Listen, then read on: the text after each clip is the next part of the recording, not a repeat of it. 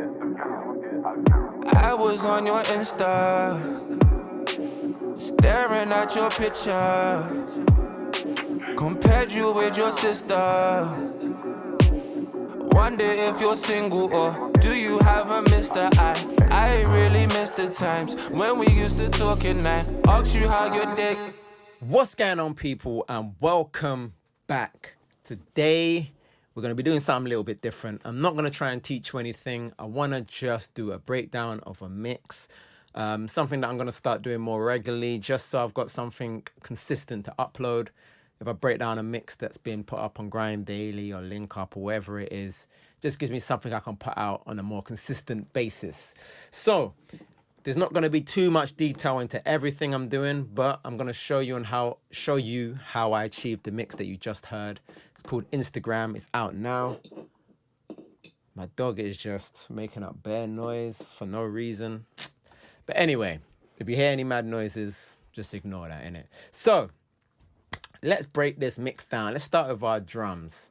So we've got our drums here in red. I always choose red for drums, and I always start my mix with my drums. There's no right or wrong way to do it. It's just a preference. So here are all my drums up here at the top. We have the kick. I've not labeled these very well, have I? But yeah, usually I'll go through and label it more clearly, but I didn't do that today. So start off with our kick, which is over here.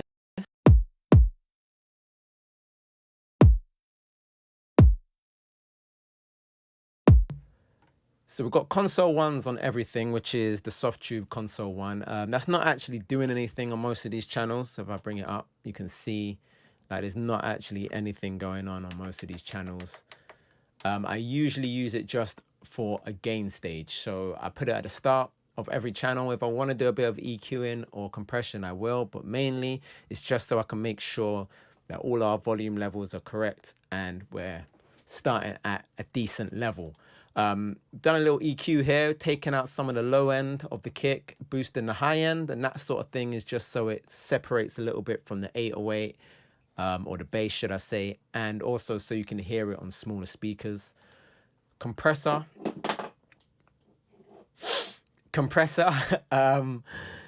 with a slow attack and a fast release, and that's just so the transients really punch through on the kick, really so it just pokes through our mix a little bit. The R bass, again, I use the R bass so that the kick can be heard a lot better on smaller speakers, phone speakers, laptops, and things like that. And also just your earbuds. And that's pretty much everything on the drums, to be honest. On a single track, I might do a little bit of EQ here and there. I think that's the hats on the outro. But usually I will leave most of this stuff with nothing on it, and I'll do most of my mixing on the buses. So we've got a drum bus, a drum parallel, and all drums. So we've got the drums, the parallel, and both of these go into the all drums. On the drum bus, we have a standard clip, and that's just so when things like drum rolls happen, it doesn't boost too much in volume. It just cleanly limits it. You can add some saturation if you like. I do that sometimes, but not on this particular track. I'm going to have to take this bone off of this dumb dog, man, because he's just making up bare noise. Then we're going into this virtual mix rack by Slate. You know that I love Slate plugins. Let's unsolo this kick and let's mute everything but the drums. So let's mute the bass. Let's mute the music. And where is our vocals and our vocals? I was on your Insta.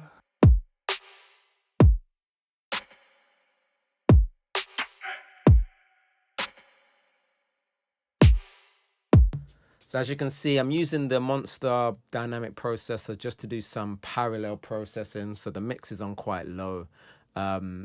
Also using a virtual mix bus on the Brit N setting, just to give it gives it a nice low end. And are we doing any EQ? Yeah, 1.4 at 4K.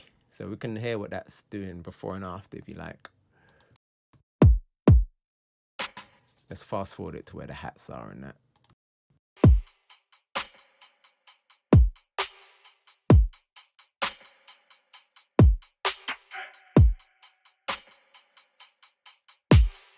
So it just really opens up the drums. It makes all the details, you can hear the details a lot better, like the little hi-hats and everything that's going on in between just the kick and the snare, which is why I like using it. Got an Ssl compressor here, fairly slow attack, fairly quick release. Pro Q2 rolling off 30 hertz, you know, that stuff that can't really be heard, just unnecessary information going into the rest of our plugins. Also, our 808 is going to be, well, our bass, I don't even, is that an 808? It's slightly an 808. Is going to be filling up most of that space in the low end anyway. So we do a little roll off there on our drums. Then that's being parallel processed with a Saturn, a decapitator, and smashing it with this compressor. Again, this is just at -23, so it's quite quiet. Just adds a different kind of flavor, a different kind of weight.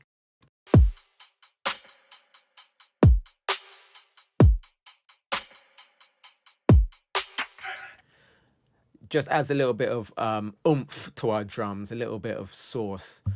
And then that is all going to our all drums bus, which again has an R bass on it. An F6, this is probably, maybe the kick wasn't.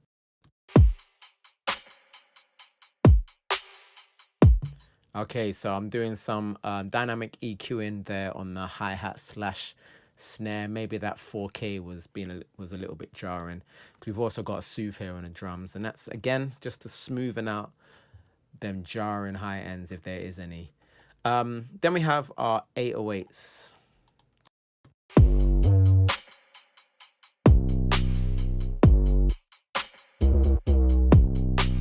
So it's quite a growly bass, isn't it? The bass originally sounded just like this.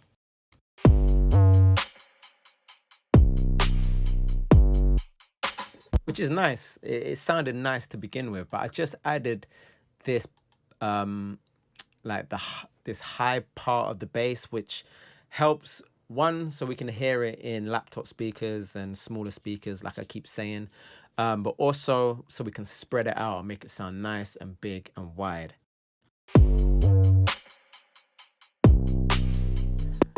And we did that by, these are all inactive, by the way. If they're like slightly darker, that means they're not active, the plugins. And if they're blue, that means they're bypassed. So we've got this green screamer on here, which is basically like a it's like a guitar pedal, which just distorts the shit out of a signal that you run through it. We're cutting out all the lows. We're just honing in on that growl that we wanted, and then we're spreading it out with the little micro shift.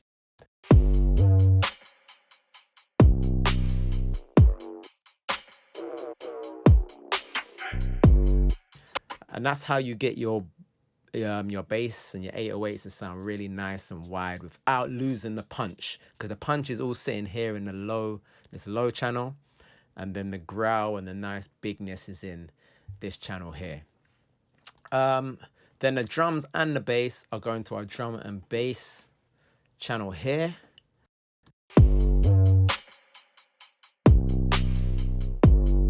Has a clipper on there that's not actually doing anything. Maybe it's just for, there's probably like a drum roll somewhere that it's just clipping. Shadow Hills compressor. The black box. This EQ here. BX Digital. And then we're adding a little bit of high end here, just 0.4 decibels. This lo-fi that doesn't seem to be actually doing anything, but I'm scared to take it off just in case it fucks up the whole mix, but it doesn't seem like it's actually doing anything. I don't think it is. And a little boost here. Again, that's probably just to make the kick poke out a little bit more in the mix. Then we have the music, which is these vocal chops and like this loop. Now I did some panning because of the vocal chops. I'll show you.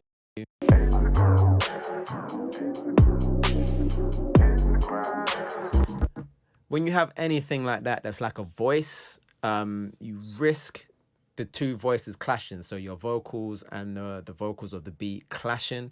So I just wanted to pan that out a little bit. So anytime there's vocals at the same time, anytime there's vocal chops, sorry, at the same time as our vocals, it's panned. So it's just out of the way of the vocal and it's not getting smushed up and the vocal's still sounding clear. Other than that, on this loop, I just EQ'd out the high because there was like a little click. So if I mute the drum and bass,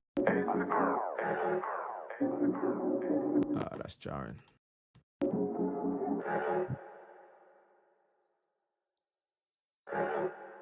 Hear the little click. I just wanted to EQ out that. There's nothing going on in this high end other than that little click where the loop is looping, I guess you can say. We cut the mids and boosted the sides, and that's just so our vocals can slot in nicely. And again, the vocals sound clear and it sounds embedded in the beat rather than just sitting on top of it. That's pretty much it. I've got Saturn here on the vocal, on all of the music. Subtle saturation. And then got a cream EQ on the overall instrumental. And we're probably just doing, just some light stuff here on the EQ. So let's get to the part that I know everyone wants to see, and that's the vocals. So our vocals are here in green, this kind of lime green. Let's unmute everything. Over here in this lime green, that is our vocals. I really miss the times when we used to talk at night. I was on your Insta, staring at your picture, compared you with your sister. Wonder if you're single or do you have a... All right, so this is our console 1 on the vocals. We've got a Tube Tech Ssl Compressor, 4:1 ratio, attack and release is here. A little bit of EQing. And then we have, of course, Waves tune. I was on your Insta.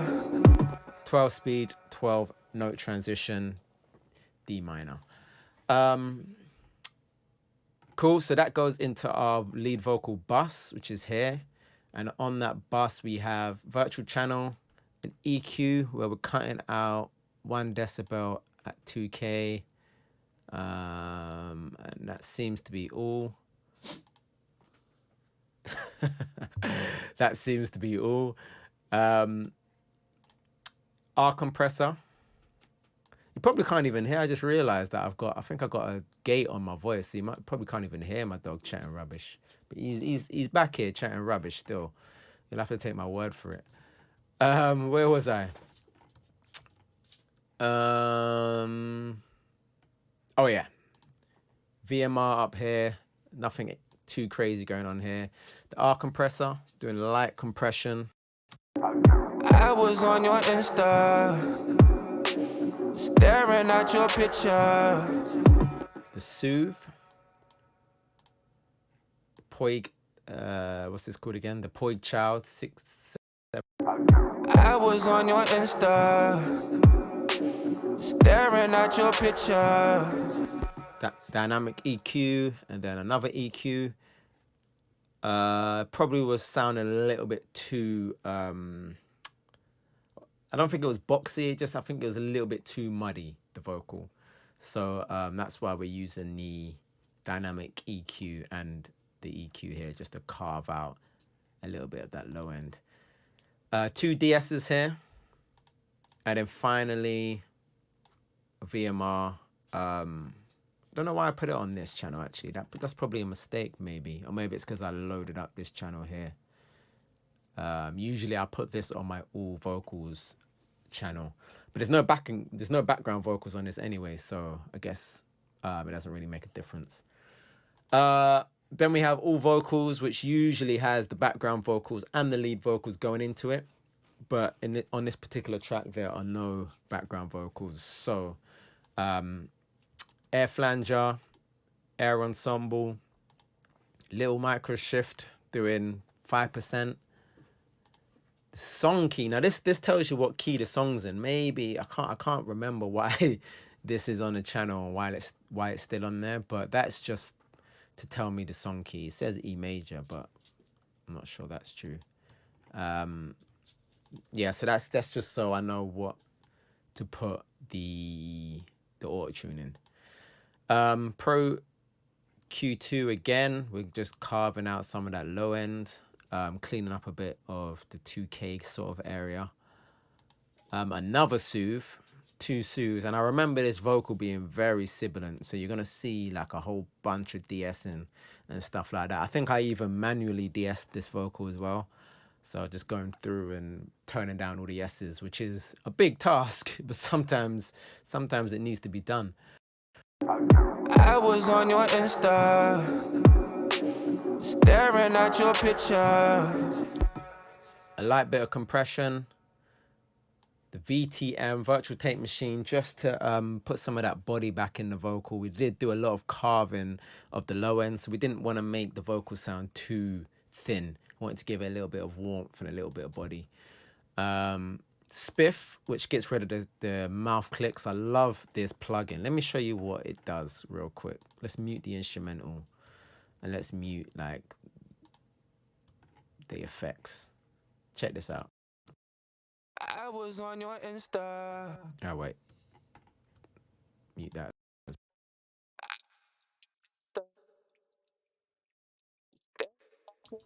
So all of that clicking and stuff like that, it just compresses it and just smooths it out and gives you like a really clean vocal. Any kind of mouth clicks, throat, I don't know what you call them, you know, all of that shit, it just smooths it out, makes it sound very clean. I really like that plugin. The Valhalla is actually on the channel. I don't usually do that, but for whatever reason, I felt like doing it on this one. Only got a 3.2% mix. Anytime you see Jason in the preset, that's just a preset that I've copied from a Jason Joshua video. So you're getting that for free because I paid bread to watch the mix with the mix with the masters thing. So yeah, write that down, innit? We done some parallel compression on the vocal. So if we look at this, what we're doing, let's bring everything back in, effects, and the instrumental. I've still got the spiff thing engaged.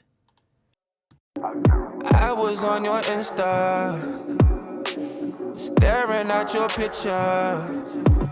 So the FG116, I love using this for parallel compression. I used to use it all the time on vocals, but I think it's a little bit too aggressive for my liking. It's very aggressive, so I usually use it just as a parallel compressor on my vocals. So anytime I'm doing parallel compression, I'm either using that or I'll use the distressor. The distressor. My mind just stopped working then. But 9 times out of 10, it is the FG116 doing parallel compression. Nothing on our background vocals, as you can see. Verb 1 and Verb 2. Verb 1 is just this small wooden room reverb, and that's just to give the vocal a little bit of depth, a little bit of flavor before we go into our main reverb, which is reverb 3. This is my little preset, so you can have that as well, giving you, man, the secrets as always. We EQ our reverb as always to suit the track. So although my reverbs are usually the same, it's usually one of these 3 reverbs, I'll EQ it so it suits the track basically. 2 delays, the 8th delay, which is the repeater in ping pong mode, and a 4th delay here, which is again the repeater. EQing it, as always, we EQ everything when it comes to effects. So if you want more detail into my mix bus, I've got a video on my mix bus on my channel. I've got 2, in fact. And everything else, you know, there's probably videos on my channel that goes into more depth. You know, there's a UK wave one. I pretty much use the same techniques. Not always the same plugins. The plugins will always change, but it's usually the same techniques, depending on the song. And that is my mix breakdown, volume 1, episode 1, should I say. So hopefully we can keep this running and make this a regular thing. Hopefully there's lots of music out that I've worked on, because artists love to just sit on tunes for time. But yeah, if you've enjoyed this, let me know in the comments below. Drop me a like and subscribe if you've just joined us for the first time, because I do videos like this all the time. I try to keep it weekly, sometimes fortnightly, but for the most part, regularly, you get me? So yeah, I'll see you guys next week. Thank you guys for watching. Peace.